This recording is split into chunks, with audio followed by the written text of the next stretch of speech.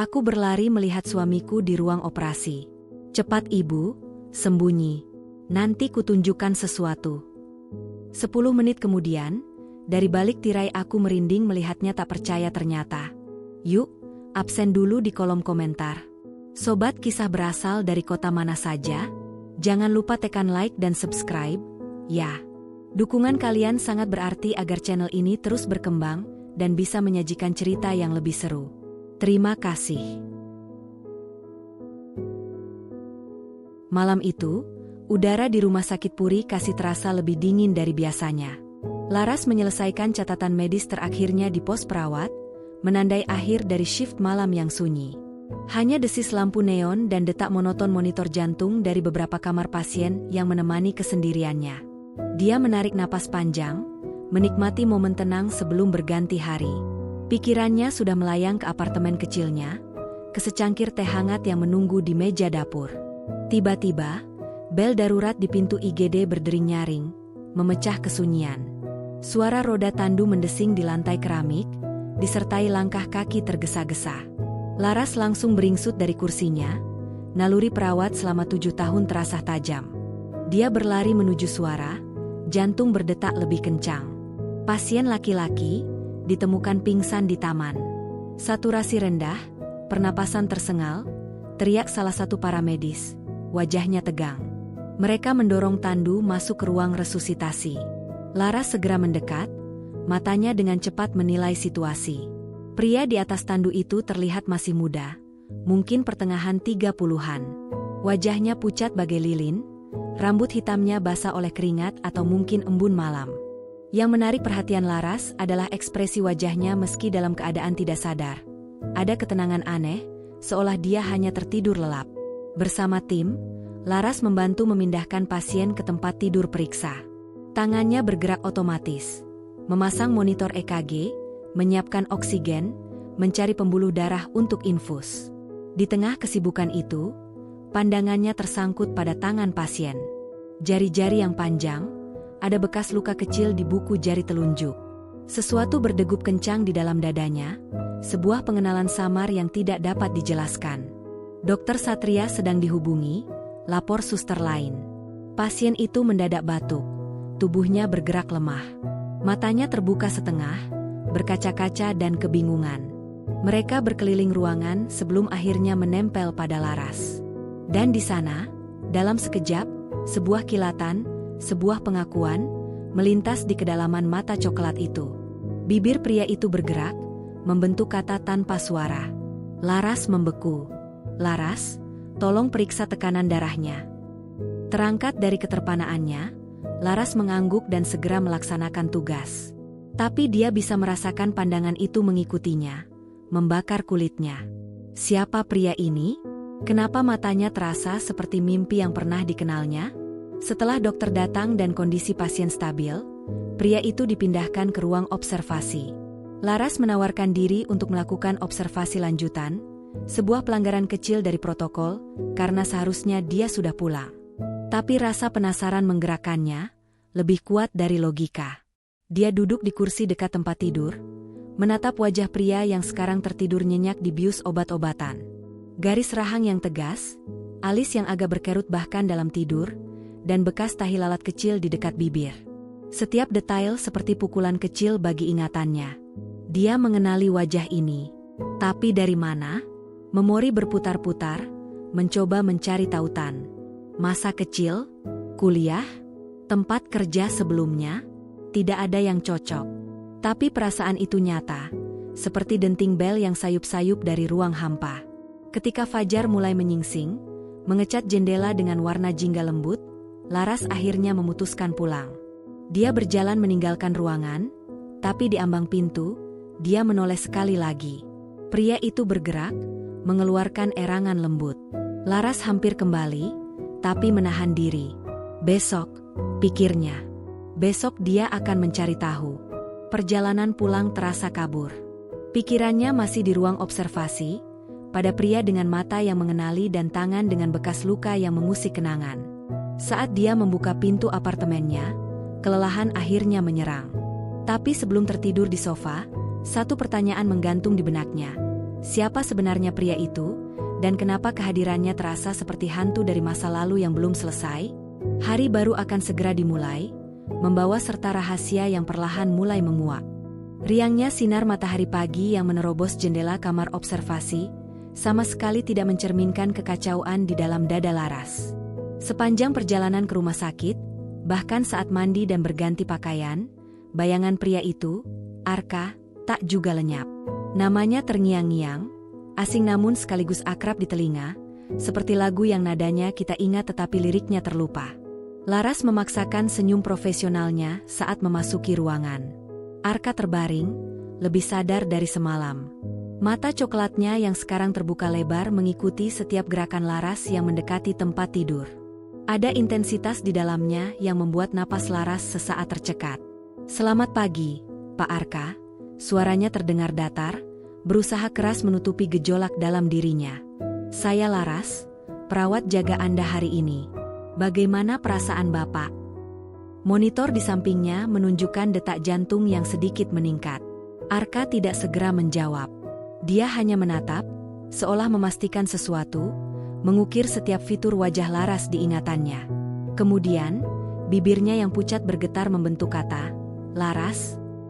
Cara dia menyebut namanya, bukan suster atau nona, mengirimkan gelombang listrik halus di kulit Laras. Suaranya, meski parau, mengandung nada yang intim. "Saya di sini," jawab Laras, sambil memeriksa infus dan mencatat tanda-tanda vital di bagan. Tangannya sedikit gemetar. "Anda mengalami kondisi yang cukup serius, tapi sekarang sudah stabil. Dokter akan segera memeriksa." Arka mengabaikan keterangannya. Pandangannya tajam, waspada, seolah mencari sesuatu di sekitar. Ruangan itu kosong selain mereka berdua dan desisan mesin. Dia membuat isyarat lemah, meminta Laras mendekat. Insting Laras berkecamuk. Jarak antara perawat dan pasien harus dijaga. Tapi ada sesuatu dalam mata Arka yang memintanya melanggar aturan tak tertulis itu. Dengan hati-hati, dia membungkuk. "Kotak," bisik Arka, napasnya pendek dan tersengal. "Ambil di bawah bantal." Keraguan membekukan Laras sejenak. Tapi tangan Arka yang kurus dan dingin tiba-tiba meraih pergelangan tangannya. Sentuhannya lemah, namun terasa mendesak, penuh keputusasaan. "Dengar saya," desisnya, mata mereka terkunci. "Sembunyikan. Jangan beri siapa-siapa. Ini untuk keluargaku." Dia berhenti, menarik napas berat, sebelum menatap lebih dalam. "Dan untukmu." "Untukku?" Pikiran Laras berputar kencang. Apa maksudnya? Dia hampir menarik tangan Arka, menolak permintaan yang tidak masuk akal ini. Tapi sebelum dia bisa menolak, Arka berbisik lagi, suaranya nyaris tak terdengar namun penuh keyakinan. "Percayalah.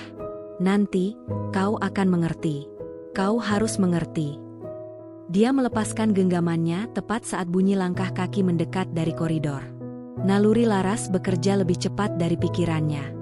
Tangannya meraih di bawah bantal, menyentuh permukaan kayu yang halus. Dengan gerakan cepat, dia menyelipkan benda kecil itu ke dalam saku apronnya. Tepat saat pintu terbuka dan Dokter Satria masuk bersama seorang perawat lain. "Ah, Pak Arka sudah bangun," sapa Dokter Satria dengan ramah, sementara perawat lainnya, Suster Maya, memberikan obat. Laras mengangguk, berusaha terlihat normal sementara dadanya berdebar kencang. Berat kotak kecil di sakunya terasa seperti batu pemberat. Dia mencuri pandang ke Arka, yang sekarang menutup mata, berpura-pura lelah, namun ketegangan di bahunya masih jelas terlihat. Sepanjang pemeriksaan dokter, Laras berdiri di belakang, tangannya tak sadar membelai saku apronnya. "Untukku." Kata-kata itu bergema di kepalanya.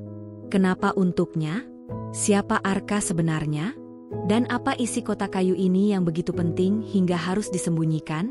Setelah dokter dan Suster Maya pergi, meninggalkan mereka berdua sekali lagi, Arka membuka mata.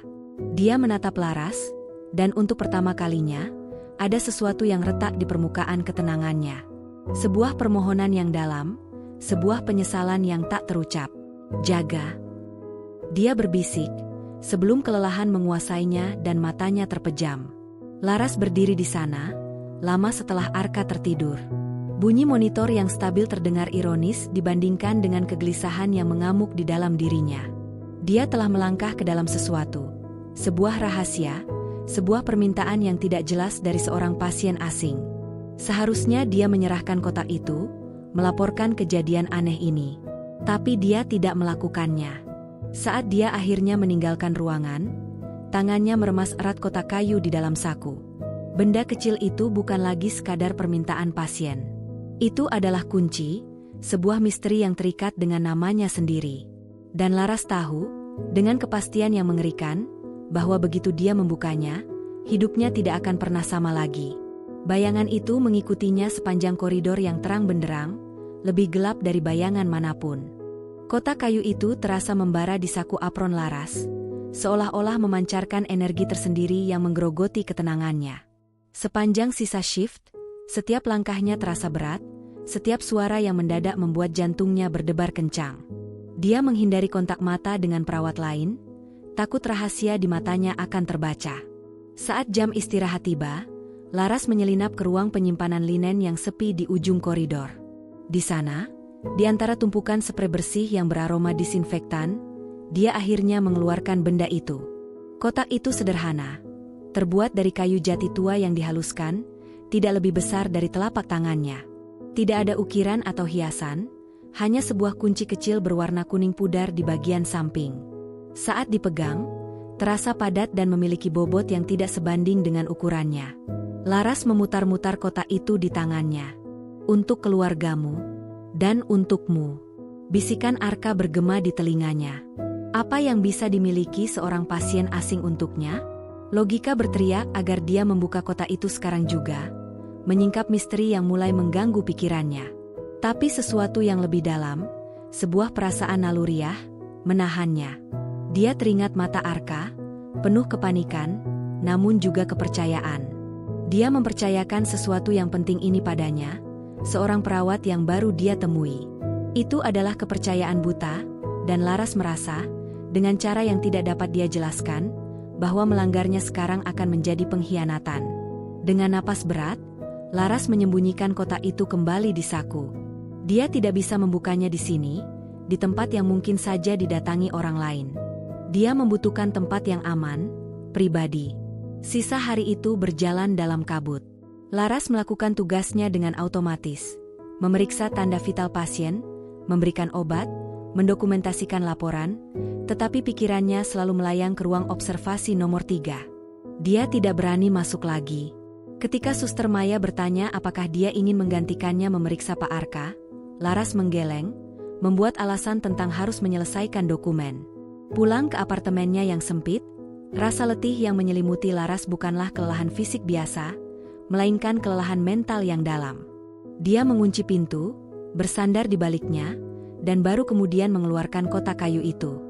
Di bawah lampu meja tamu miliknya, kotak itu tampak lebih tua, lebih penuh cerita. Dia menempatkannya di atas meja, memandanginya lama. Kemudian, dengan hati-hati, dia membuka laci meja kerjanya, menggeser tumpukan kertas dan pena, dan menyimpan kotak itu di paling belakang. Menutup laci terasa seperti mengubur sesuatu. Malam itu, Laras bermimpi. Dia berdiri di sebuah jembatan kayu tua, di suatu tempat yang asing namun terasa seperti rumah. Angin bertiup sepau-sepau, membawa aroma hujan dan tanah basah. Di seberang jembatan, berdiri seorang lelaki dengan punggung menghadapnya. Dia mengenali garis bahu itu, rambut hitam yang berantakan ditiup angin. Laki-laki itu mulai berbalik, sangat perlahan. Jantung Laras berdebar kencang dalam mimpinya, penuh antisipasi dan ketakutan. Siapakah dia? Tapi sebelum wajahnya terlihat, suara alarm dari ponselnya memecah ilusi. Laras terbangun dengan terengah-engah, rasa kehilangan yang mendalam menggerogoti dadanya. Dia memandangi langit-langit, sisa-sisa mimpi itu masih jelas. Perasaan rindu, jembatan, dan bayangan pria yang hampir dikenalnya. Dia melirik laci meja. Kotak itu diam di sana, tetapi kehadirannya terasa hidup, menghantui. Mimpi itu bukan kebetulan. Kotak Arka, pria asing dengan mata yang mengenali, dan mimpi tentang seseorang yang hampir dikenalnya, semua ini terhubung. Tapi bagaimana? Di rumah sakit keesokan harinya, Laras mengetahui bahwa Arka telah dipindahkan ke ruang perawatan biasa. Kondisinya membaik, meski masih lemah.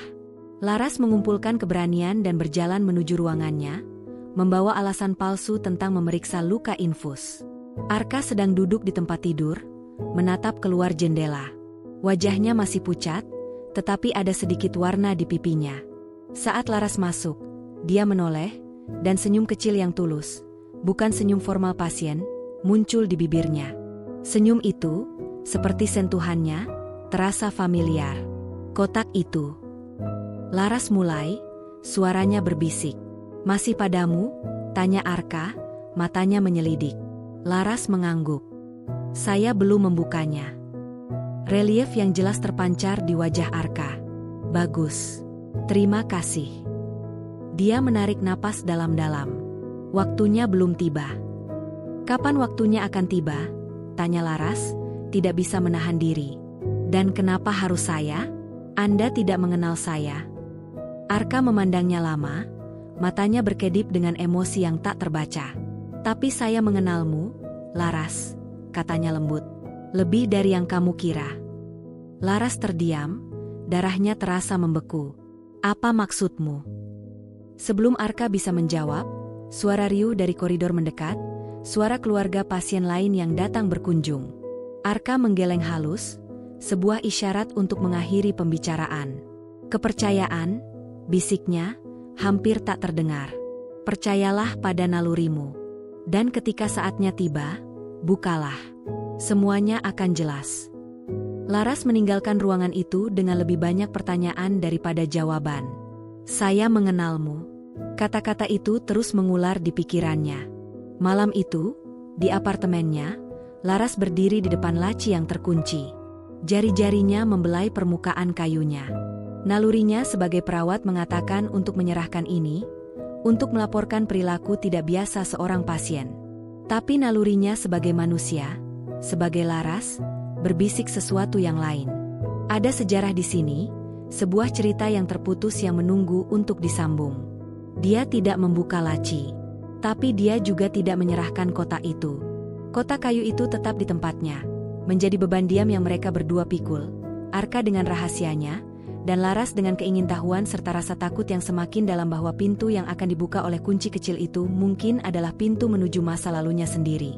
Nama, Arka, mulai terasa seperti mantra yang terus-menerus diulang dalam benak Laras. Setiap kali dia mencatat rekam medis, setiap kali dia melewati ruang perawatan pria, bahkan saat dia menikmati secangkir kopi di ruang istirahat, nama itu menggema. Dia mencoba mengabaikannya, fokus pada tugas, pada rencana pernikahannya dengan Danar, pada kehidupan rapi yang sudah dia bangun dengan susah payah. Tapi kotak kayu di laci mejanya adalah penjaga yang bisu, mengingatkannya bahwa ada sesuatu yang belum selesai. Rasa penasaran akhirnya mengalahkan kewajaran. Di hari liburnya, dengan perasaan bersalah yang menggerogoti, Laras duduk di depan laptopnya di apartemen. Dia mengetik kata kunci, Arka, dan kota ini. Hasilnya terlalu banyak. Dia menambahkan filter, usia 30-an, kemungkinan pekerjaan. Tidak ada yang cocok. Lalu, dia melakukan sesuatu yang melanggar etika.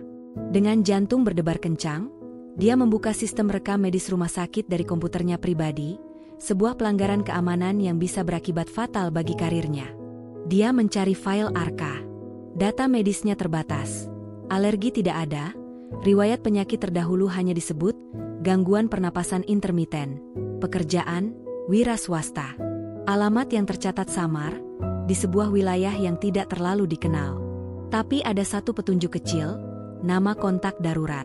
Tertulis, Sari, saudara. Dan sebuah nomor telepon. Jari Laras melayang di atas keyboard. Menelepon kontak darurat seorang pasien tanpa alasan profesional adalah pelanggaran berat. Tapi bisikan, saya mengenalmu, lebih kuat dari semua aturan itu. Dengan napas tertahan, dia menekan nomor tersebut menggunakan ponsel pribadinya. Dering telepon terdengar sekali, dua kali.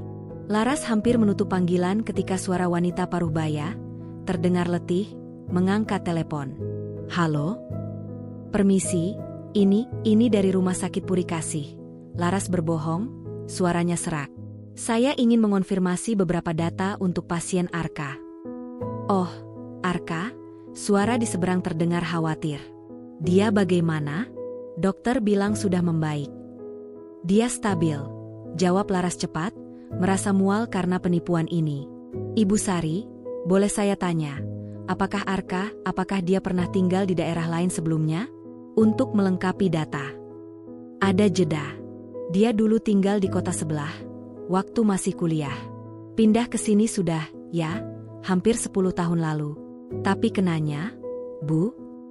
Rutin saja. Laras menutupi, pikirannya berputar kencang. 10 tahun lalu. Itu adalah waktu dia sendiri pindah ke kota ini untuk melanjutkan pendidikan perawat. Sebuah kebetulan? Dan apakah dia punya lingkaran pertemanan yang luas? Mungkin dari masa kuliahnya. Ibu Sari terdengar lebih waspada. Ini penting untuk pengobatannya. Untuk asesmen psikososial, Laras mengarang, merasakan keringat dingin di tengkuknya. Arka anaknya pendiam. Dulu punya beberapa teman dekat. Tapi setelah sakit-sakitan dan satu peristiwa dulu, dia jadi lebih tertutup. Dia banyak menghabiskan waktu sendiri, atau menulis. Suara ibu itu terdengar sedih. Sekarang, saya harus pergi. Tolong jaga anak saya.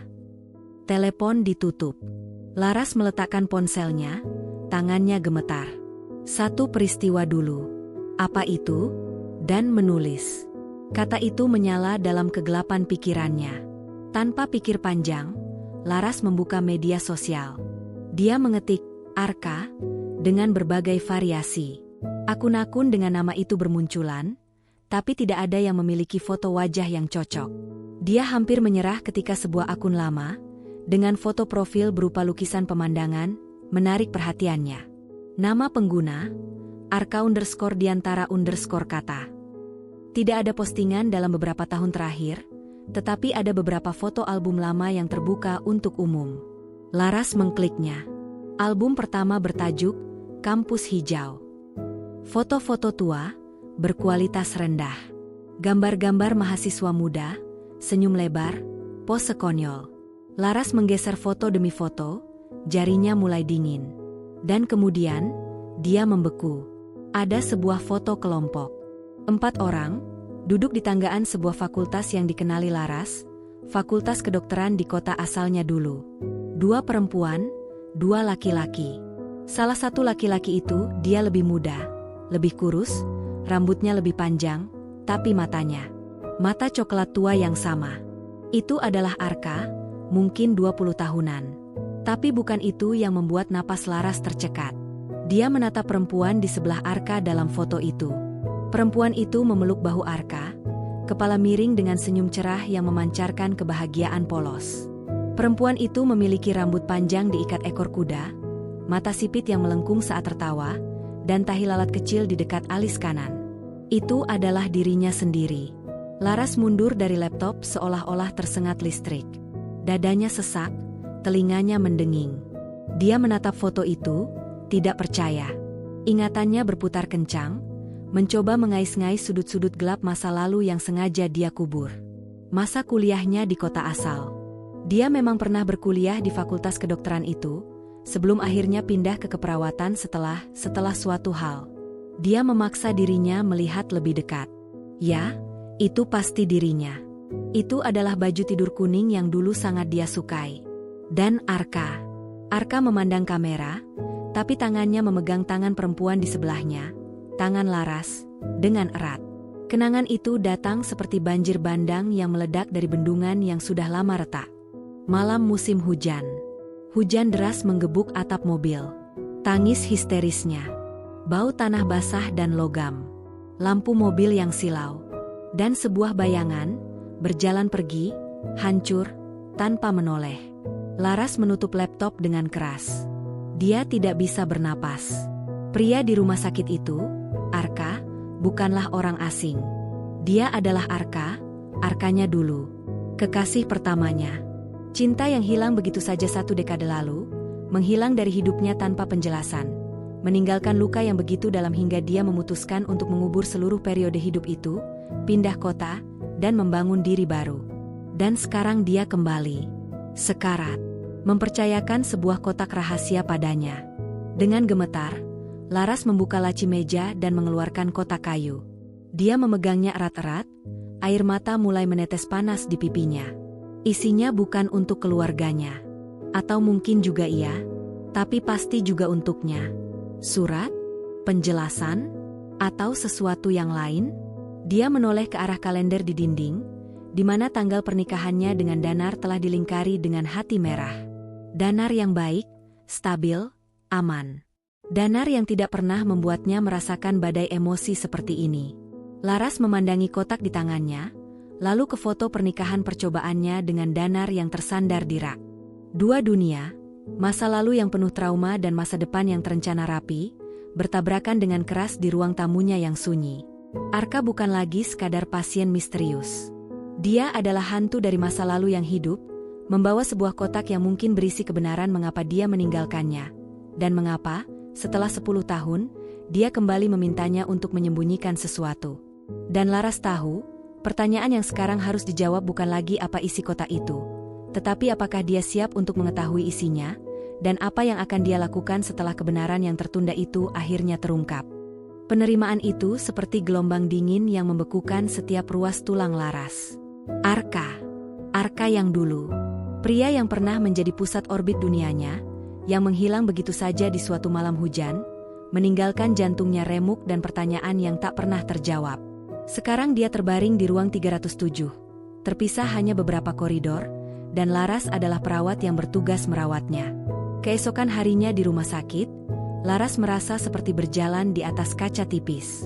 Setiap suara, setiap langkah, setiap pandangan dari koleganya terasa seperti ancaman. Apakah mereka tahu? Apakah mereka bisa melihat kegelisahan yang menggelegak di balik topeng profesionalismenya? Dia menghindari ruang 307, seperti menghindari wabah. Dia menukar jadwal dengan Suster Maya, mengaku ada urusan administrasi yang mendesak. Tapi menghindari fisik tidak bisa menghindarkan pikirannya. Setiap detail dari masa lalu yang lama terkubur mulai mengapung ke permukaan. Mereka bertemu di perpustakaan fakultas, saling berebut buku yang sama tentang anatomi jantung. Arka tersenyum, matanya berbinar. Jantungnya menarik. Ya, mesin yang rapuh tapi kuat. Laras teringat bagaimana leluconnya yang konyol itu justru membuatnya tertarik. Mereka menghabiskan siang di atap gedung kuliah, berbagi bekal dan impian. Arka bercita-cita menjadi penulis medis, menjembatani ilmu dan cerita. Setiap penyakit punya narasinya sendiri. Lar, katanya, menatap langit. Aku ingin menuliskan itu. Dan kemudian, malam terakhir itu. Hujan. Suara marah dari telepon Arka. Wajahnya yang pucat dan ketakutan. Aku harus pergi. Lar, ada sesuatu yang harus aku urus. Janji, aku akan kembali. Ciuman terburu-buru, pelukan erat yang terasa seperti perpisahan. Laras menunggu. 1 jam, 2 jam, semalam, seminggu. Arka tidak pernah kembali. Teleponnya tidak aktif. Dia menghilang bagai ditelan bumi. Laras mengalami depresi berat.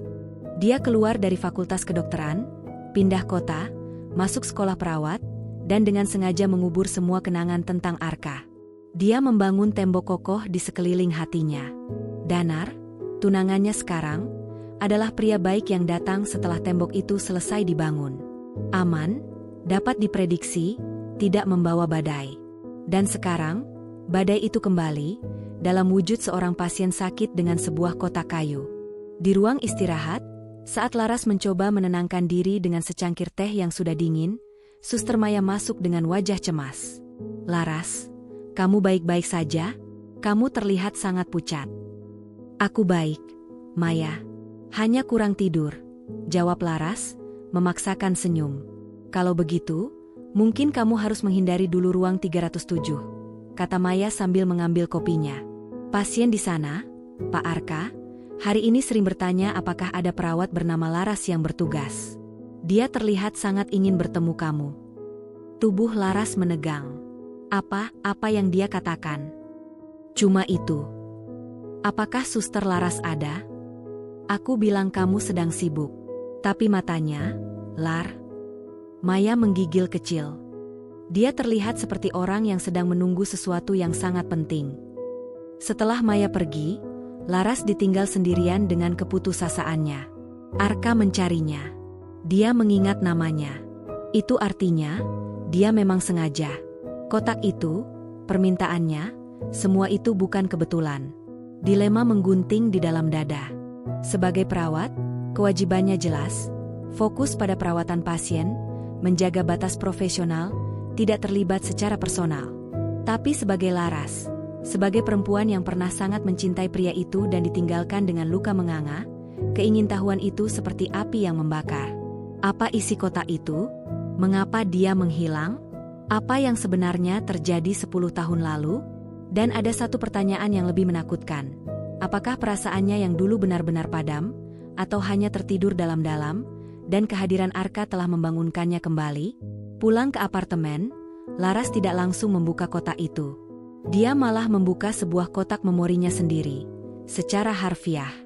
Dari dalam lemari, dia mengeluarkan sebuah kotak kardus tua yang berdebu, berisi sisa-sisa masa lalunya yang tidak sanggup dia buang sepenuhnya. Ada beberapa foto lama, sebuah buku catatan kuliah, dan sebuah gantungan kunci berbentuk jantung yang rusak. Di bagian paling bawah, terbungkus tisu, ada satu-satunya foto Arka dan dirinya yang berhasil dia selamatkan dari penghancuran massal dulu. Mereka berdua tersenyum, mata mereka bersinar, muda dan tak tersentuh kesedihan. Laras menatap foto itu lama, merasakan sakit yang sama tapi berbeda. Bukan lagi pedih akut, melainkan sakit nostalgia yang dalam dan getir. Dia membandingkan wajah Arka di foto dengan bayangan pria sakit di rumah sakit. Waktu dan penyakit telah mengukir garis penderitaan di wajahnya, tetapi esensinya masih sama. Jiwa di balik mata itu masih sama. Laras menutup kotak memorinya dan memandang laci tempat kotak kayu Arka disimpan. 2 kotak, 2 masa. Satu berisi masa lalu yang dia simpan, satu berisi kebenaran yang dia sembunyikan. Kewajiban sebagai perawat dan tunangan Danar berbisik. Kembalikan kotak itu. Laporkan. Jaga jarak. Lanjutkan hidupmu. Tapi keingintahuan, dan mungkin sesuatu yang lebih dari itu, sebuah kebutuhan untuk menutup luka yang belum sembuh, berteriak lebih kencang, bukalah. Ketahuilah kebenarannya. Hadapi dia. Hadapi masa lalumu. Malam itu, Laras berdiri di depan jendela apartemennya, memandang lampu-lampu kota yang berkelap-kelip. Di satu sisi, ada Danar yang akan menelepon seperti biasa pukul 9 malam, membicarakan detail pernikahan, masa depan yang cerah. Di sisi lain, ada Arka yang terbaring di rumah sakit, memegang rahasia yang bisa mengubah segalanya. Dia belum siap memilih. Tapi dia tahu, dia tidak bisa selamanya berdiri di ambang ini. Tekanan itu semakin besar. Setiap detik, kotak kayu di lacinya seperti berdetak, menghitung mundur menuju suatu momen ketika dia harus mengambil keputusan. Dan keputusan itu, apapun nantinya, akan menentukan tidak hanya nasib Arka, tetapi juga jalan hidup Laras sendiri. Apakah akan terus maju dengan kehidupan barunya, atau berbelok untuk menyelesaikan cerita lama yang tertunda 10 tahun. Pertarungan antara kewajiban dan keingintahuan mencapai puncaknya, dan Laras sadar, waktunya untuk bersikap hampir habis. Tekanan itu akhirnya meledak pada hari ke-7. Laras tiba-tiba dipanggil ke ruang 307 oleh Dr. Satria. Pasien Arka memintamu khusus, Laras. Dia tampak sangat gelisah, dan menurutnya hanya kamu yang bisa menenangkannya, ujar dokter itu dengan alis berkerut, heran. Kaki Laras terasa seperti dijejali beton saat berjalan menyusuri koridor. Setiap langkah mendekat adalah pengakuan. Pengakuan bahwa dia tidak bisa lari selamanya. Pengakuan bahwa Arka masih memiliki pengaruh atasnya. Dia menemukan Arka duduk tegak di tempat tidur. Wajahnya lebih pucat dari biasanya, namun matanya membara dengan intensitas yang mengkhawatirkan. Monitor di sampingnya menunjukkan detak jantung yang cepat dan tidak teratur. Laras, sapanya, suaranya serak namun jelas. Dia mengusir perawat lain yang sedang membersihkan meja di sampingnya dengan gerakan tangan yang halus. Ruangan pun sepi, hanya tersisa mereka berdua dan bunyi mesin yang terdengar seperti ketukan jam waktu. Kondisi Anda tidak stabil, Pak Arka. Anda harus istirahat, ucap Laras, bersembunyi di balik protokol. Sudah cukup, potong Arka, pandangannya menembus. Sudah cukup menghindar, Laras. Kamu tahu siapa aku? Aku bisa melihatnya di matamu. Laras terdiam, pertahanannya runtuh di hadapan ketegasan itu. Dia mengangguk, hampir tak terlihat. Arka menghela napas panjang, seakan mengumpulkan sisa-sisa kekuatan. Kotak itu, waktunya sudah hampir. Aku makin lemah, dan kebenaran tidak boleh ikut terkubur bersamaku. Dia menatap Laras dengan penuh makna. Bukalah. Sekarang. Di sini.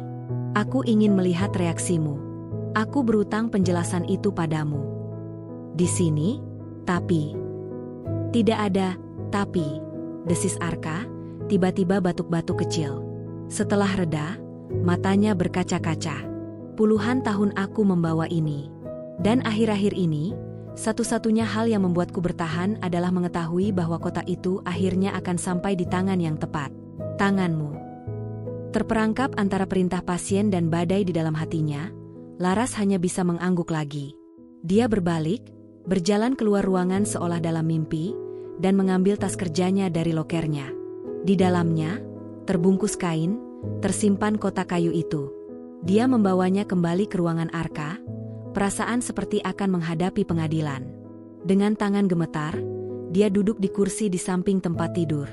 Arka mengamatinya dengan tatapan tak berkedip, campuran harap dan ketakutan yang mengharukan di wajahnya yang tirus. Laras mengeluarkan kotak itu. Di bawah cahaya lampu fluoresen ruang rumah sakit, kotak kayu itu terlihat sederhana namun penuh martabat. Dia mengambil kunci kecil yang digantungkan pada kalung rantai tipis di leher Arka, diberikan dengan gerakan lemah. Kunci itu pas. Klik. Bunyi itu menggema di ruangan yang hening. Laras membuka tutupnya dengan perlahan. Di dalamnya, bukan perhiasan, uang, atau dokumen rahasia. Hanya tumpukan kertas yang rapi, surat-surat yang sudah menguning, diikat dengan pita sutra biru pudar, warna favoritnya dulu. Surat paling atas adalah sebuah amplop coklat tebal. Di depannya, tertulis dengan tulisan tangan yang sangat dikenali Laras, tinta yang sedikit memudar. Untuk Laras. Hanya Laras. Jika dia suatu hari mau membacanya. Laras menatap tulisan itu, air matanya tiba-tiba menggenang tanpa bisa dicegah. Dia menoleh ke Arka, yang kini menutup mata, tetapi sebuah tetes air mata meluncur pelan dari sudut matanya, menyusur pipinya yang cekung. Baca, bisik Arka, suaranya penuh kelegaan dan penderitaan. Mulai dari yang pertama. Laras membuka amplop itu dengan hati-hati. Isinya adalah sepucuk surat panjang, ditulis di atas kertas bergaris buku catatan lama. Tanggal, 15 November, 10 tahun lalu. Laras sayang. Jika surat ini sampai di tanganmu, artinya aku telah gagal. Gagal menjadi pemberani, gagal menatap matamu dan mengatakan yang sebenarnya. Aku menulis ini di kamar kosku yang berantakan, sementara hujan menggema di atap seng. Dokter baru saja menelepon. Diagnosisnya resmi, AVM otak. Pembuluh darah abnormal yang bisa pecah kapan saja. Mereka bilang, risikonya tinggi. Operasi pun punya kemungkinan gagal yang besar. Aku bisa mati di meja operasi, atau menjadi cacat seumur hidup. Aku panik, Lar. Dunia runtuh.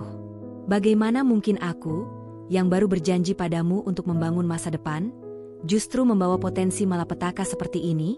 Bagaimana mungkin aku membiarkanmu, cahaya terbaik dalam hidupku, terikat pada seseorang yang masa depannya adalah bayangan hitam ketidakpastian? Ayahku meninggal muda karena penyakit yang sama. Ibu terpuruk, hidup dalam hutang dan kesedihan yang tak berujung. Aku tidak akan, tidak bisa, melakukan itu padamu. Jadi, inilah keputusanku yang pengecut. Aku akan pergi. Aku akan menghilang. Aku akan membuatmu membenciku. Karena kebencian lebih mudah disembuhkan daripada rasa kehilangan yang tertusuk belas kasihan. Aku akan menjalani operasi ini sendirian, dan jika aku selamat, meski mungkin tidak utuh, aku akan mencari caraku sendiri. Dan jika aku gagal, biarlah kau mengingatku sebagai si brengsek yang meninggalkanmu, bukan si korban malang yang menyusahkanmu. Aku menulis surat ini, dan akan menulis lebih banyak lagi di hari-hari mendatang, untuk mencatat semua yang ingin kukatakan tapi tak bisa. Aku titipkan pada ibu. Kuburkan rahasia ini bersamanya. Dan aku berdoa, suatu hari nanti, jika nasib mengizinkan, Aku bisa memberikannya padamu sendiri dan memohon maaf atas semua kebohongan dan rasa sakit yang kau sediakan. Aku mencintaimu, Laras. Lebih dari kata-kata manapun di surat ini. Itulah sebabnya aku harus pergi. Selamat tinggal untuk sekarang. Arka. Laras tidak bisa lagi menahan tangisnya. Suara isaknya memenuhi ruangan. Surat itu jatuh dari tangannya yang gemetar. 10 tahun. 10 tahun dia hidup dengan keyakinan bahwa dia tidak cukup baik, bahwa dia ditinggalkan karena suatu alasan yang bersamanya. 10 tahun membenci, melupakan, berusaha mati-matian untuk tidak peduli. Dan kebenarannya adalah ini. Sebuah pengorbanan yang salah, namun tulus, yang lahir dari cinta dan ketakutan yang sama besarnya. Dia mengangkat pandangan, matanya bertemu dengan mata Arka yang sekarang terbuka, penuh penyesalan yang dalam. Kenapa? Laras berbisik, suaranya hancur. Kenapa kamu tidak memberitahuku? Kita bisa menghadapinya bersama. Karena aku muda, dan bodoh, dan sangat takut. Jawab Arka, air mata mengalir bebas. Karena aku melihat ibuku hancur, dan aku tidak tahan membayangkan itu terjadi padamu. Aku pikir dengan pergi, aku menyelamatkanmu. Kamu menyakitiku, teriak Laras, semua emosi yang terpendam meluap. Aku tahu, Arka mengangguk, tubuhnya terguncang oleh isakan yang hebat. Dan itu adalah siksaan terburukku setiap hari. Aku selamat dari operasi, tapi dengan komplikasi. Paru-paru lemah, kesehatan yang terus menurun. Aku ingin datang, tapi malu, dan takut kau sudah bahagia tanpa aku. Sampai penyakit ini membawaku kembali ke sini, ke rumah sakit tempatmu bekerja. Itu seperti takdir, atau hukuman. Lalu aku melihatmu, dan aku tahu aku harus memberitahumu kebenaran sebelum terlambat. Laras memandangi tumpukan surat lainnya di dalam kotak. Puluhan surat. Sebuah kehidupan dalam kata-kata yang tidak pernah terkirim. Cinta yang tidak pernah benar-benar pergi, hanya tersesat. Puncak konflik selama ini, ketegangan antara masa kini dan masa lalu, antara keingintahuan dan ketakutan, tiba-tiba mencapai klimaksnya di sini, di ruang rumah sakit yang steril, dihadiri hanya oleh dua orang yang saling menyakiti karena alasan yang sama, cinta. Kebenaran telah terungkap. Tapi daripada membawa kelegaan, ia justru membawa badai pertanyaan baru yang lebih dahsyat. Sekarang setelah Laras tahu, apa yang harus dia lakukan? Bagaimana dia bisa melanjutkan hidupnya? Mengetahui bahwa luka besarnya adalah hasil dari sebuah pengorbanan, bukan pengkhianatan? Dia memandang Arka, pria yang dulu dia cintai, sekarang sekarat. Dan dia memandang dirinya sendiri, perempuan dengan cincin tunangan di jarinya, dan rencana pernikahan di kalender. Kotak kayu itu telah terbuka. Dan tidak ada yang bisa mengembalikan kata-kata, air mata, serta kebenaran pahit yang telah terlepas ke dunia nyata. Dengan surat pertama yang menggenggam hatinya, Laras seperti orang kesurupan. Satu persatu, dengan tangan gemetar dan mata yang terus-menerus berkaca-kaca, dia mengeluarkan surat-surat lain dari kotak kayu. Setiap amplop adalah sebuah kapsul waktu, menyimpan suara Arka dari masa-masa berbeda 10 tahun itu. Arka diam, hanya menonton, membiarkan kata-katanya yang tertulis melakukan penjelasan, sementara air mata tanpa suara terus membasahi bantalnya. Surat kedua, bertanggal 6 bulan kemudian. Operasi, berhasil, kata mereka. Tapi aku kehilangan sebagian fungsi paru-paru. Napas ini selalu tersengal, Lar. Setiap kali berjuang untuk menarik udara, aku teringat napasmu yang tenang di sampingku saat kita tidur. Aku mulai menulis untuk hidup, seperti yang kita bicarakan dulu. Tapi setiap cerita yang kutulis selalu berujung padamu. Aku melihatmu di setiap sudut kota ini. Di kedai kopi, di halte bus, dalam senyuman orang asing. Ibu memaksaku pindah ke kota ini, supaya punya awal baru. Dia tidak tahu, disinilah nerakaku dimulai. Karena di sini, kamu tidak ada. Dan ketidakhadiranmu lebih menyakitkan daripada bayanganmu. Surat kelima, setahun kemudian. Aku tahu dari teman lama bahwa kamu pindah. Kamu keluar dari fakultas kedokteran. Aku tahu itu pasti karena aku. Rasa bersalah itu mengunyahku hidup-hidup.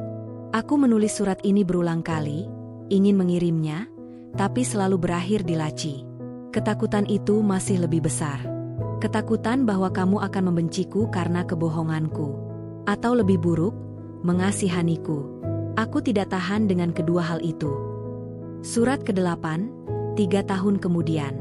Kesehatan semakin buruk. Infeksi paru berulang. Aku menghabiskan banyak waktu di rumah sakit yang berbeda. Kadang, aku berhayal bahwa perawat yang merawatku adalah kamu. Aku berandai-andai, bagaimana jika dulu aku jujur? Mungkin kita akan berjuang bersama. Mungkin kita akan menang. Atau mungkin kita akan hancur bersama. Setidaknya, kita akan bersama.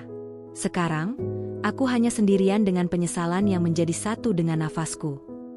Laras terus membaca, surat demi surat, melompati waktu. Setiap kata adalah pukulan, setiap kalimat adalah pengakuan yang dalam. Dia membaca tentang perjuangan Arka melawan penyakit, tentang kesepiannya, tentang karya tulisnya yang mulai diterbitkan dengan nama samaran, tentang bagaimana dia selalu mengikuti kabar Laras dari jauh, melalui teman yang sama-sama dijauhi. Surat ke-20, 8 tahun kemudian. Ibu memberitahuku bahwa dia mendengar kabar kamu akan menikah dengan seorang insinyur. Dia bilang, dia pria baik. Aku di ranjang rumah sakit saat itu, sesak napas akut.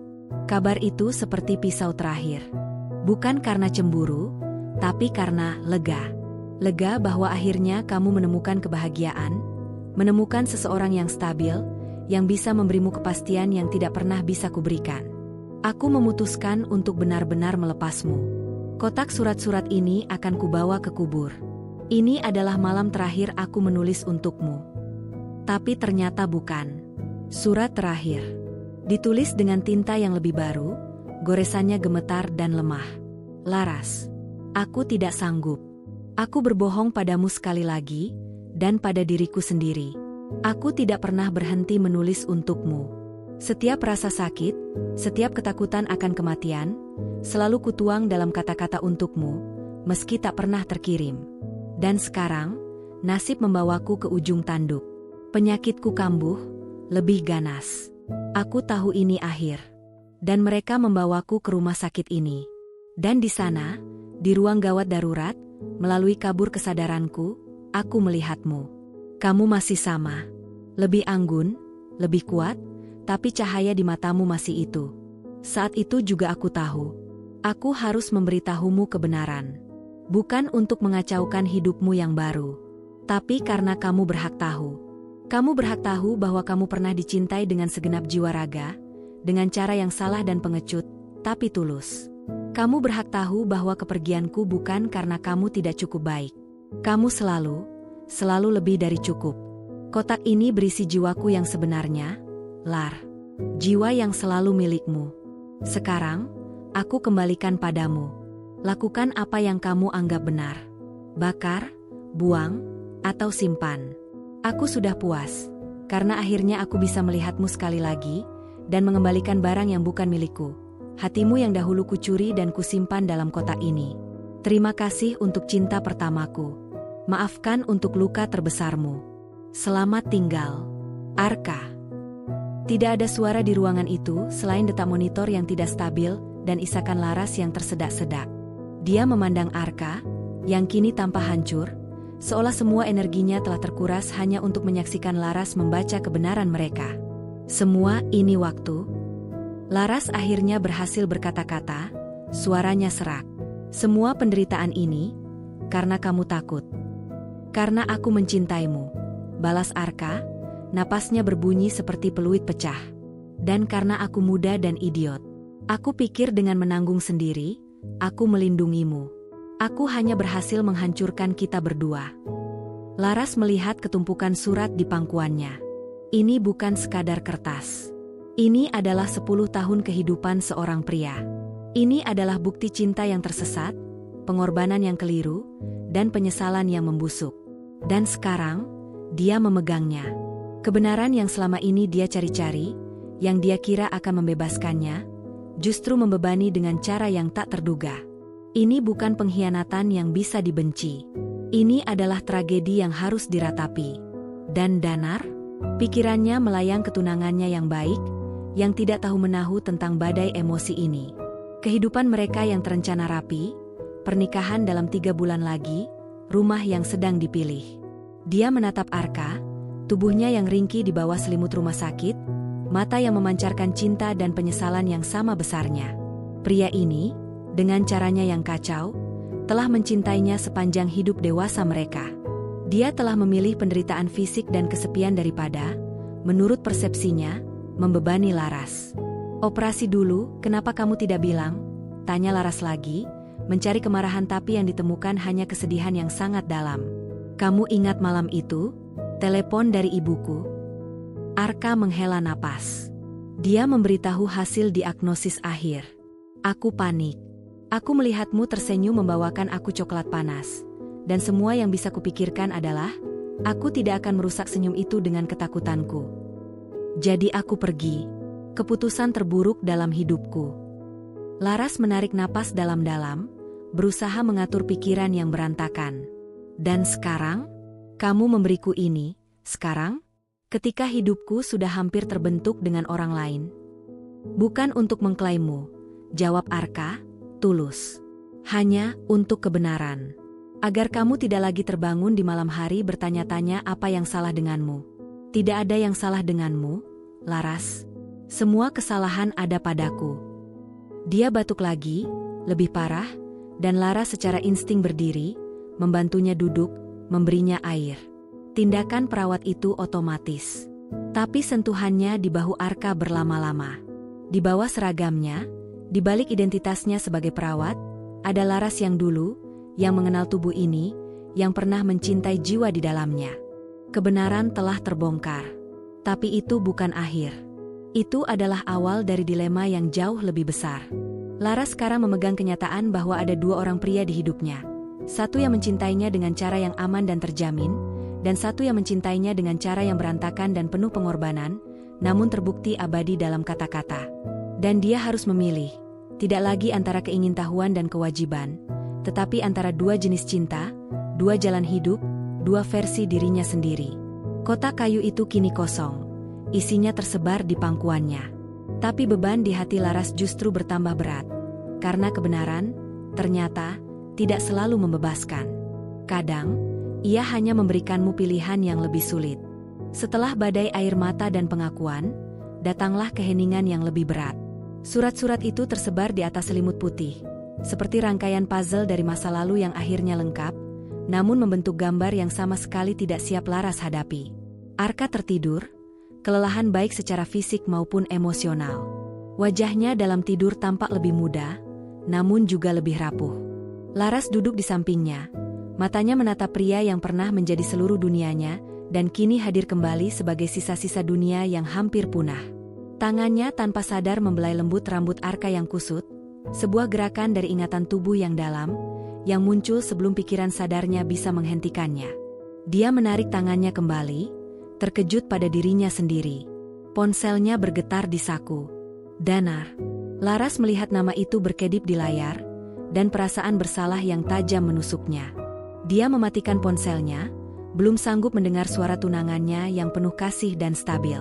Suara yang tidak tahu bahwa fondasi hubungan mereka baru saja diguncang oleh hantu dari masa lalu. Apa yang harus dia lakukan? Dia memandangi Arka. Hidupnya adalah serangkaian perjuangan melawan penyakit, dijalani dengan penyesalan mendalam dan cinta yang tidak pernah benar-benar padam untuknya. Surat-surat itu adalah buktinya. Cinta seperti apa itu? Sebuah cinta yang rela menderita dalam kesendirian demi, menurut pemahaman yang keliru, kebaikannya. Itu egois, naif, namun juga luar biasa heroik dalam cara yang tragis. Lalu dia memikirkan Danar. Danar yang baik hati, yang melamarnya di restoran dengan pemandangan kota, dengan rencana matang dan janji masa depan yang cerah. Danar yang tidak pernah memberinya alasan untuk menangis, kecuali tangis haru. Danar yang mencintainya dengan tenang, pasti, tanpa badai. Apakah itu cukup? Pertanyaan itu sendiri sudah menjadi pengkhianatan. Sebelum dia bisa berpikir lebih jauh, Dokter Satria masuk. Laras, kamu masih di sini? Sudah lewat jam tugasmu. Matanya kemudian tertuju pada Arka yang tertidur dan surat-surat yang berserakan. Dia tidak bertanya, tetapi ada pemahaman di matanya. Pasien ini, kondisinya tidak baik. Fungsi paru-parunya menurun cepat. Kita mungkin harus mempertimbangkan ventilator dalam beberapa hari ke depan jika tidak ada perbaikan. Kata-kata itu seperti tamparan. Ventilator. Langkah menuju ketergantungan total. Menuju akhir yang mungkin sangat dekat. Apakah ada harapan? Tanya Laras, suaranya bergetar. Dokter Satria meletakkan tangan di bahunya. Kami akan berusaha maksimal. Tapi kamu tahu sendiri, sebagai perawat, penyakit dasarnya sudah sangat merusak. Dia sudah berjuang lama sekali. Dia jeda. Dia sering menyebut namamu, bahkan dalam delirium. Kamu kenal dia, ya? Laras mengangguk, tidak sanggup berkata-kata. Dia beruntung memiliki perawat sepertimu yang peduli, kata dokter itu sebelum pergi, meninggalkan Laras dengan bom waktu emosional yang semakin mendekati detik nol. Arka terbangun beberapa saat kemudian. Matanya mencari Laras, dan ketika menemukannya, ada kedamaian di sana. Kamu masih di sini? Aku tidak tahu harus kemana, jawab Laras jujur. Danar, ucap Arka, menyebut nama itu dengan susah payah. Pacar tunanganmu. Kamu harus kembali padanya. Kamu tahu tentang dia? Sedikit. Ibu pernah mendengar kabar. Arka menarik napas pendek. Dia pasti pria baik. Kamu harus memilih dia, Laras. Pilih kehidupan yang aman, yang pasti. Jangan biarkan diriku yang sudah setengah mayat ini menghancurkan itu. Itulah tujuan terakhirku memberitahumu kebenaran, agar kamu bebas, bukan terbelenggu. Tapi kenapa sekarang? Tanya Laras, frustrasi. Kenapa tidak tetap diam? Aku sudah bahagia. Aku sudah melupakanmu. Teriakannya berbisik, penuh dengan kesakitan. Karena kamu belum melupakan, balas Arka lembut. Kamu hanya mengubur. Dan kuburan itu masih mengganggu tidurmu. Aku melihatnya di matamu, malam pertama di IGD. Ada pertanyaan yang belum terjawab. Sekarang sudah terjawab. Dia mencoba meraih tangan Laras, dan kali ini Laras tidak menariknya. Sentuhannya dingin, lemah. Aku tidak mengharapkan apapun, Lar. Aku hanya ingin kamu tahu bahwa kamu pantas dicintai, dan kamu pernah dicintai sepenuh hati, meski caranya salah. Sekarang, pergilah. Bangunlah hidupmu. Lupakan aku sekali lagi, kali ini dengan damai. Tapi justru di saat itulah Laras menyadari sesuatu. Melepaskan Arka untuk kedua kalinya. Sekarang dengan mengetahui semua kebenaran dan penderitaannya, terasa mustahil. Itu bukan lagi melupakan, itu mengabaikan.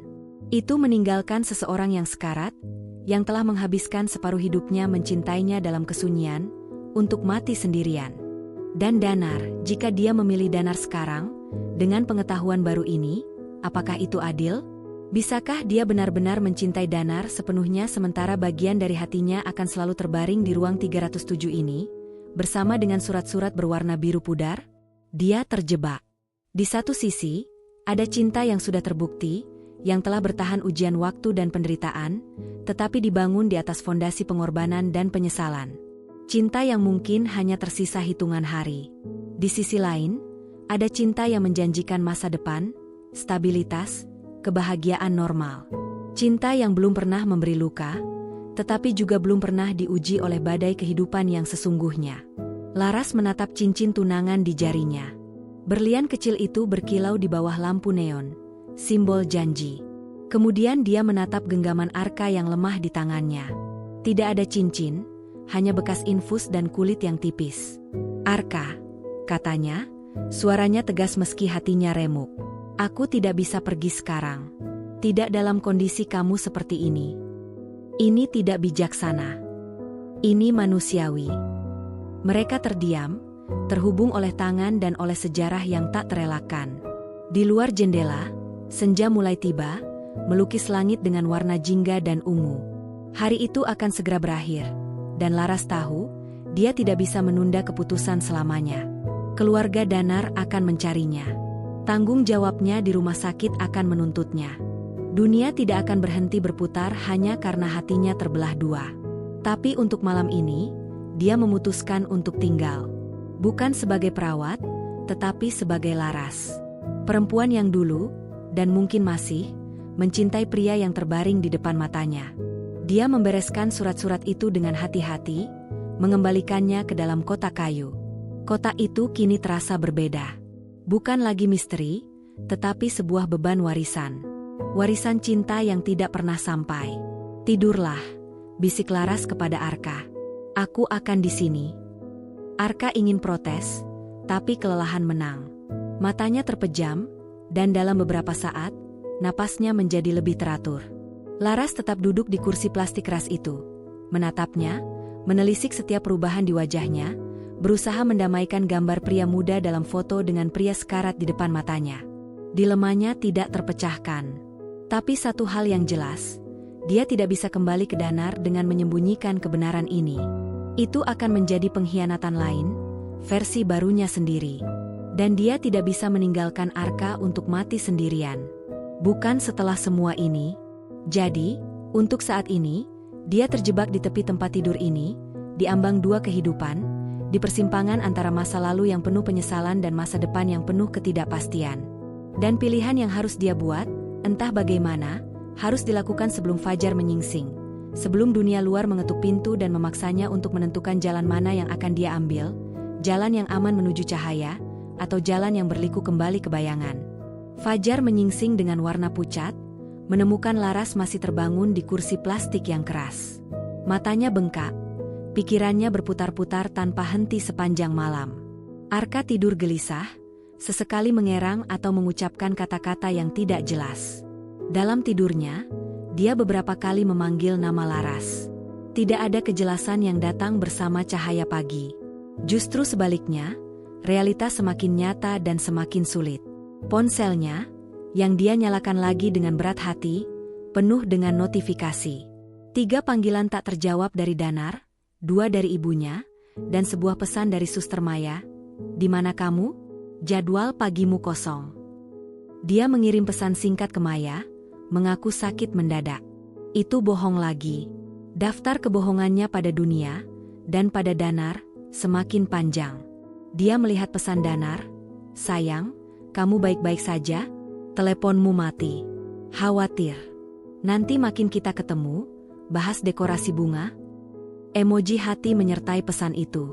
Rasa bersalah yang menusuk membuat perutnya mual. Arka terbangun dengan batuk parah yang membuat tubuhnya menggigil. Laras segera membantu, mendudukannya, menepuk-nepuk punggungnya dengan tangan terlatih namun penuh kelembutan yang melampaui profesionalisme. Setelah serangan itu reda, Arka terlihat lebih lemah, napasnya seperti kertas yang dirobek-robek. "Kamu masih di sini," gumamnya, suaranya nyaris tak terdengar. "Di mana lagi aku harus pergi?" jawab Laras, tanpa maksud sarkastik. Itu pertanyaan sungguhan. Arka memandangnya lama. "Kamu harus pergi ke dia. Ke Danar. Jelaskan semuanya." "Jelaskan apa? Bagaimana caranya menjelaskan ini?" Laras mengangkat kotak kayu yang sekarang ditaruhnya di lantai. "Katakan yang sebenarnya. Seperti yang seharusnya kulakukan dulu," bisik Arka, matanya berkaca-kaca. "Dia berhak tahu. Dan kamu berhak memilih dengan semua informasi, bukan terperangkap di sini karena rasa bersalah." "Bukan rasa bersalah," bantah Laras, tetapi suaranya tidak meyakinkan. Apakah ini rasa bersalah? Atau sesuatu yang lebih dalam? Dia tidak tahu lagi. Dokter Satria dan tim melakukan ronde pagi. Wajah mereka serius. Hasil darah Arka tidak bagus. Infeksi semakin kuat. Mereka membicarakan opsi perawatan intensif dengan kata-kata teknis yang bagi Laras tiba-tiba terdengar, seperti mantra kematian. Arka mendengarkan dengan tenang, hampir pasrah. Pandangannya sesekali mencuri ke arah Laras, seolah dia adalah satu-satunya ancornya di ruangan itu. Setelah dokter pergi, Laras membereskan ruangan, aktivitas fisik untuk menenangkan pikiran yang kacau. Saat dia membuka laci kecil di meja samping tempat tidur untuk menaruh termometer, matanya menangkap sesuatu. Sebuah buku catatan kulit tipis, dengan pulpen terjepit di sampulnya. Itu bukan milik rumah sakit. Arka mengikuti pandangannya. "Itu, buku saat ini.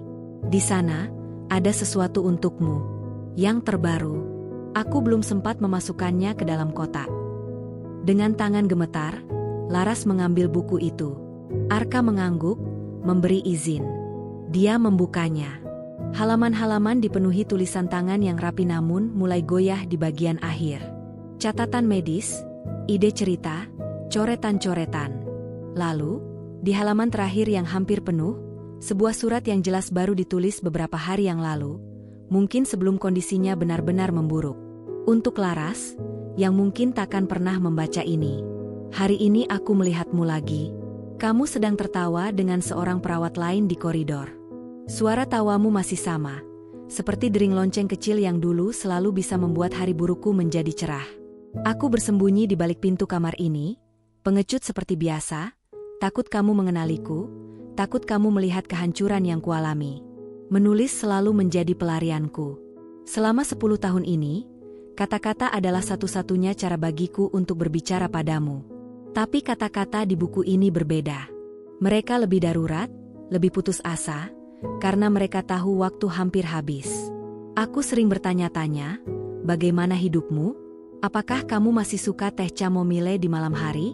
Apakah kamu masih menggigit bibir bawah saat berkonsentrasi? Apakah kamu menemukan seseorang yang membuatmu merasa aman, tanpa harus menebak-nebak? Kuharap begitu. Kuharap dia memberimu semua yang gagal kuberikan. Kejujuran, keberanian, dan kehadiran yang konsisten. Jika suatu hari nanti kamu menemukan buku ini, dan jika surat-surat dalam kotak kayu itu sampai di tanganmu, maka inilah pengakuanku yang paling dalam, yang bahkan tak kumasukkan ke dalam kotak karena terlalu egois. Aku masih mencintaimu.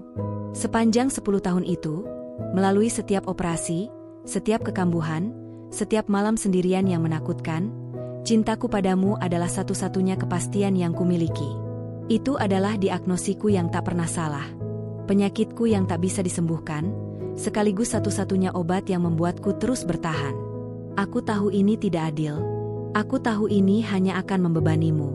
Tapi dalam keheningan yang akan segera kutinggalkan ini, aku ingin jujur, setidaknya sekali, pada diriku sendiri dan padamu. Aku mencintaimu, Laras. Bukan sebagai kenangan, bukan sebagai hantu masa lalu. Tetapi sebagai perempuan yang hari ini kulihat tertawa di koridor, sebagai cahaya yang masih sama terangnya meski telah melalui badai yang kau sediakan. Maafkan aku untuk segalanya dan bebaskan dirimu. Jangan biarkan cintaku yang terlambat ini menjadi rantai baru. Kamu bebas. Selalu begitu. Dengan cinta yang tak pernah berani menyebut namanya. Arka. Air mata jatuh menodai tinta di kertas. Laras tidak bisa menahannya lagi. Surat ini berbeda. Ini bukan penyesalan masa lalu. Ini adalah pengakuan sekarang, dari pria yang meski sekarat, masih merasakan cinta yang sama dalamnya. Ini adalah kebenaran yang paling telanjang, dan yang paling menghancurkan. Dia menatap Arka, yang kini menangis dalam diam. Kenapa? Isaknya. Kenapa kamu harus mengatakan ini sekarang? Karena aku hampir tidak punya waktu lagi, jawab Arka, suaranya hancur. Dan karena aku lelah berbohong, bahkan dengan diam. Cintaku padamu adalah satu-satunya hal jujur dalam hidupku yang kacau ini. Aku ingin kamu mengetahuinya, meski itu egois. Laras merasakan tembok terakhir di hatinya runtuh. Ini bukan lagi tentang masa lalu. Ini tentang sekarang. Tentang kehadiran Arka yang nyata, cintanya yang nyata, dan kenyataan bahwa dia mungkin akan segera pergi selamanya. Dan Danar? Cinta Danar nyata juga. Tapi itu adalah cinta yang berbeda. Cinta yang tidak dibangun di atas pengorbanan dan penyesalan, tetapi juga tidak diuji oleh jurang waktu dan penderitaan seperti ini. Apakah cinta butuh penderitaan untuk dibuktikan keasliannya? Laras tidak tahu. Yang dia tahu adalah, dia tidak bisa meninggalkan Arka sekarang. Bukan seperti ini. Dia mengambil ponselnya, menarik napas dalam-dalam, dan mengetik pesan kepada Danar. Danar, kita perlu bicara. Ada sesuatu yang penting. Aku tidak bisa bertemu malam ini. Maaf. Dia menekan kirim sebelum pengecutnya menghentikannya. Lalu, dia memegang tangan Arka lagi, kali ini dengan lebih mantap. Aku tidak akan pergi, katanya, suaranya lebih tegas dari yang dia rasakan. Bukan sekarang. Arka ingin memprotes, tapi Laras meletakkan jarinya di bibirnya yang kering. Diam. Untuk sekali ini, biarkan aku yang memutuskan. Kamu sudah mengambil terlalu banyak keputusan untuk kita berdua. Di dalam dadanya, pertempuran masih berkecamuk. Tapi setidaknya, untuk hari ini, keputusannya sudah diambil. Dia akan berada di sini, menemani Arka melalui saat-saat terberatnya. Dia berhutang pada dirinya sendiri, dan pada kenangan cinta mereka dulu, untuk tidak membiarkannya menghadapi ini sendirian. Kata-kata yang tertunda selama 10 tahun akhirnya terucap, melalui tinta di buku catatan. Dan kata-kata itu, alih-alih membebaskan, justru mengikat Laras dengan cara yang lebih dalam.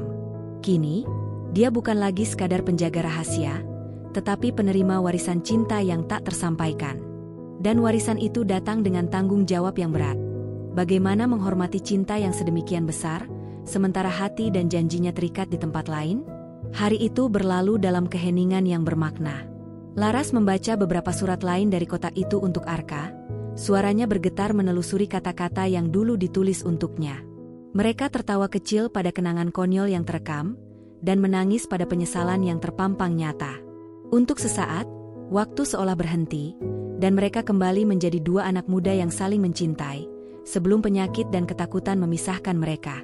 Namun, senja tiba lagi, mengingatkan bahwa waktu terus berjalan, dan dunia luar beserta segala konsekuensinya masih menunggu. Pesan balasan Danar belum datang. Itu membuat Laras cemas. Keheningannya lebih menakutkan daripada kemarahan. Tapi malam ini, dia memilih untuk tidak memikirkannya. Malam ini, dia memilih untuk hadir sepenuhnya, untuk Arka, dan untuk cinta pertama mereka yang sedang menghadapi senja terakhirnya.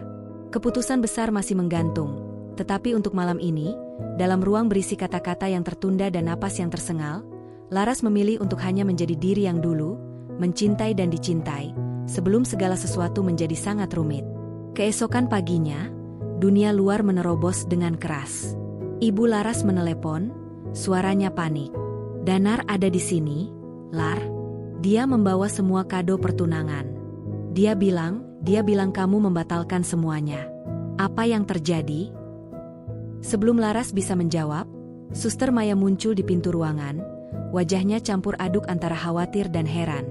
Laras, ada seorang pria, Danar, katanya. Dia menunggumu di lobi. Dia terlihat sangat marah. Arka, yang mendengar percakapan itu, memejamkan mata, rasa sakit yang lebih dalam dari fisik menyelimutinya. Pergilah. Ini konsekuensi dari kehadiranku. Hadapilah. Laras menggigit bibirnya. Dia memandang Arka yang terbaring lemah, lalu ke arah pintu di mana kehidupannya yang lain menunggu dengan amarah dan rasa sakit. Dia tidak bisa terus bersembunyi. Aku akan kembali, janjinya pada Arka, suaranya tidak stabil. Jangan berjanji, bisik Arka. Lakukan apa yang harus kamu lakukan. Perjalanan ke lobi terasa seperti perjalanan menuju tiang gantungan. Setiap langkahnya berat. Danar berdiri di dekat pintu masuk utama, tubuhnya tegang, wajahnya pucat dan keras.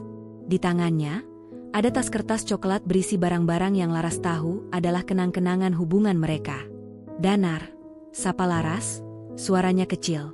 Jangan, Danar, aku, potongnya, suaranya bergetar menahan amarah dan luka. Siapa dia? Siapa pria yang kamu tinggalkan aku untuknya? Yang membuatmu mematikan telepon? Bolos kerja, dan mengirim pesan samar tentang perlu bicara? Bukan seperti itu, bantah Laras, matanya berkaca-kaca. Dia menarik Danar ke sudut yang lebih sepi. Dia Arka. Dari masa laluku. Danar tertawa pendek, getir. Masa lalu? Kita semua punya masa lalu, Laras. Tapi kita tidak meninggalkan tunangan kita di pelaminan untuk masa lalu. Ini rumit, dan dia sakit, parah. Dan itu membuatmu jatuh cinta lagi padanya? Dalam hitungan hari? Bukan jatuh cinta lagi, Laras berusaha menjelaskan, tapi kata-katanya tersangkut. Bagaimana menjelaskan kotak kayu, surat-surat, pengorbanan 10 tahun, dan cinta yang tak pernah benar-benar padam? Itu terdengar seperti alasan yang dibuat-buat, bahkan di telinganya sendiri. Lalu apa? Danar menatapnya, dan untuk pertama kalinya, Laras melihat air mata di mata pria yang selalu kuat itu. Aku mencintaimu, Laras. Aku membangun rencana untuk kita. Aku percaya padamu. Dan sekarang aku menemukan bahwa selama seminggu terakhir kamu lebih memilih untuk merawat mantan kekasihmu, yang entah dari mana muncul, daripada memberitahuku apa yang terjadi. Apa aku hanya tempat aman bagimu? Pengganti setelah dia menghilang? Setiap kata adalah pukulan yang tepat sasaran. Bukan pengganti. Kamu berbeda. Jadi, kamu memilih dia? Tanya Danar, suaranya tiba-tiba datar, seperti orang yang sudah tahu jawabannya. Laras tercekat. Memilih kata itu begitu berat. Memilih Arka berarti memilih jalan yang penuh penderitaan, ketidakpastian, dan mungkin akhir yang tragis dalam waktu dekat. Memilih Danar berarti kembali ke kehidupan yang aman, meninggalkan Arka untuk mati sendirian, dan hidup dengan pengetahuan bahwa dia meninggalkan seseorang yang mencintainya sepenuh jiwa di saat-saat terberatnya. Dia melihat ke arah koridor menuju ruang 307, lalu kembali ke Danar yang berdiri dengan sisa-sisa harga dirinya yang hancur. Aku tidak bisa meninggalkannya sekarang, dan tidak dalam kondisinya. Dia tidak punya siapa-siapa. Dan kita. Danar menggeleng, kekecewaan yang mendalam memenuhi setiap garis wajahnya. Kamu sudah meninggalkan kita, Laras. Dari detik kamu memutuskan untuk menyembunyikan ini dariku dan memilih berada di sisinya. Dia menarik cincin tunangan dari jarinya sendiri, tindakan simbolis yang lebih menyakitkan daripada jika Laras yang melakukannya. Aku tidak bisa membangun kehidupan dengan seseorang yang hati dan loyalitasnya terbelah. Apalagi dengan hantu. Dia meletakkan cincin itu di atas meja dekat mereka. Pilihlah. Tapi pilihlah dengan sepenuh hati. Dan jika itu dia, maka aku melepasmu. Danar berbalik dan pergi. Langkahnya tegas meski bahunya agak membungkuk. Laras berdiri terpaku, melihat cincin itu berkilau di atas meja plastik. Itu adalah akhir. Danar telah memilih untuknya, karena dia sendiri tidak mampu. Dia kembali ke ruangan Arka dengan kaki gontai. Arka membaca segala sesuatu di wajahnya. Dia pergi, ucapnya, bukan sebuah pertanyaan. Laras mengangguk, tidak sanggup berkata-kata. Dia duduk di kursi, tubuhnya lelah tak terkira. Dia kehilangan Danar. Kehilangan masa depan yang terencana. Dan untuk apa? Untuk seorang pria yang mungkin juga akan meninggalkannya, kali ini untuk selamanya. Beberapa jam kemudian, kondisi Arka memburuk drastis. Dia sesak napas hebat, saturasinya turun. Tim dokter bergegas memindahkannya ke ICU. Laras tidak diizinkan masuk. Dia hanya bisa menonton dari balik kaca, melihat tubuh Arka yang kecil diselimuti selang dan mesin. Dokter Satria menemukannya di sana. Laras, pulanglah. Istirahat. Kamu tidak bisa membantu di sini. Apakah dia akan mati? Tanya Laras, suaranya hampa. Kami berusaha. Tapi kamu harus siap untuk segala kemungkinan. Malam itu, Laras pulang ke apartemennya yang tiba-tiba terasa sangat sunyi dan asing. Cincin tunangannya sudah tidak ada di jarinya. Kotak kayu Arka ada di meja. Dia tidak memiliki apa-apa lagi, kecuali kebenaran yang menyakitkan dan dua pilihan yang sama-sama terasa salah. Keesokan harinya, kabar datang. Arka stabil, tapi masih kritis. Butuh waktu. Laras memutuskan untuk mengambil cuti darurat. Dia menghabiskan hari-hari di rumah sakit, tidak di dalam ICU, tetapi di ruang tunggu, dengan kotak kayu di pangkuannya. Dia membaca ulang surat-surat itu, satu persatu, mencoba memahami besarnya cinta dan penderitaan yang terkandung di dalamnya. Suatu sore, 5 hari setelah Danar pergi, Dokter Satria memberitahunya bahwa Arka sadar dan memintanya. Dia diizinkan masuk dengan pelindung lengkap. Arka tampak seperti bayangan dari dirinya sendiri, tetapi matanya lebih jernih. Kamu masih di sini, bisiknya melalui masker oksigen. Kemana lagi aku harus pergi? Jawab Laras, mengulangi kata-katanya sendiri. Tapi kali ini, itu bukan pertanyaan. Itu pernyataan. Dia duduk, memegang tangan Arka yang dingin. Danar sudah pergi, katanya, jujur. Aku minta maaf. Bukan salahmu. Ini konsekuensi. Seperti kata-katamu dulu. Mereka diam sebentar. Lalu, Laras berbicara dengan suara tenang yang baru dia temukan di kedalaman kesedihannya. Aku tidak tahu apa yang akan terjadi besok. Aku tidak tahu apakah kau akan selamat, atau apakah kita bisa memiliki sesuatu dari semua ini. Tapi satu hal yang aku tahu, aku tidak bisa berpura-pura tidak tahu. Aku tidak bisa kembali ke hidup lamaku seolah-olah kau dan kota ini tidak pernah ada.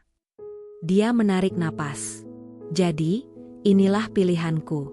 Aku memilih untuk berada di sini, sekarang, untukmu. Bukan karena rasa bersalah.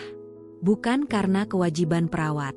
Tapi karena, setelah semuanya, cinta yang kau tulis dalam surat-surat ini, itu nyata. Dan mungkin, cinta yang masih aku rasakan setelah membacanya, itu juga nyata. Aku memilih untuk menghormati itu, dengan menemanimu melalui ini, apapun hasilnya. Air mata mengalir di pipi Arka. Itu, tidak adil untukmu. Hidup tidak selalu adil. Kau mengajariku itu. Pilihan itu tidak dramatis. Tidak ada musik pengiring, tidak ada kepastian bahagia.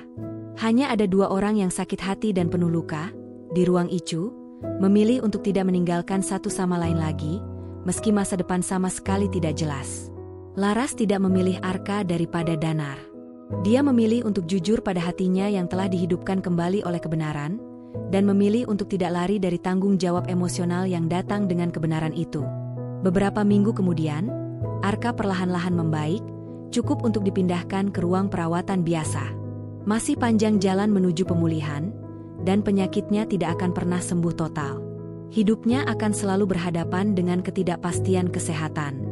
Dan Laras, dia mengundurkan diri dari rumah sakit itu, menghindari bisik-bisik dan pandangan. Dia mengambil pekerjaan perawat home care, yang memberinya fleksibilitas. Dia dan Arka tidak langsung melompat ke hubungan romantis. Terlalu banyak luka yang harus disembuhkan, terlalu banyak kepercayaan yang harus dibangun kembali.